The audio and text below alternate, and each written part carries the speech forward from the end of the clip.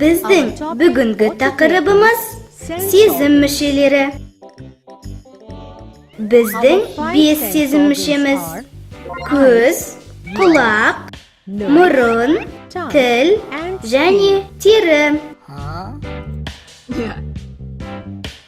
Сезім мүшелерінің арқасында айналамыздағы барлық нәрсені үйреніп, түсініп, рахаттана аламыз.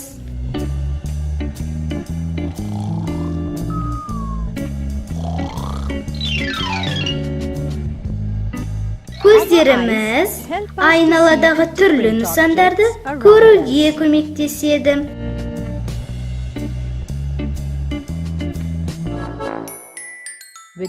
Ал құлағымыздың көмегімен әртүрлі дыбыстарды ести аламыз.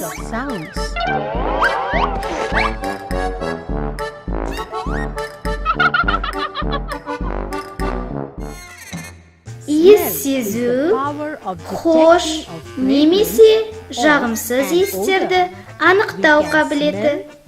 Біз иісті мұрынмен сеземіз.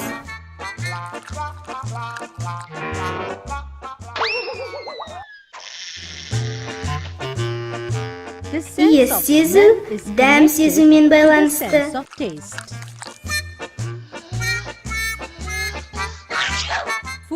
Мұрын бітелсе, тағамның дәмі де сезілмейді.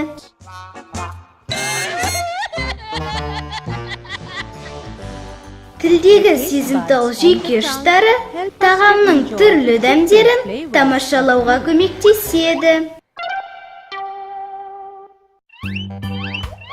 5-ші сезім мүшеміз тері.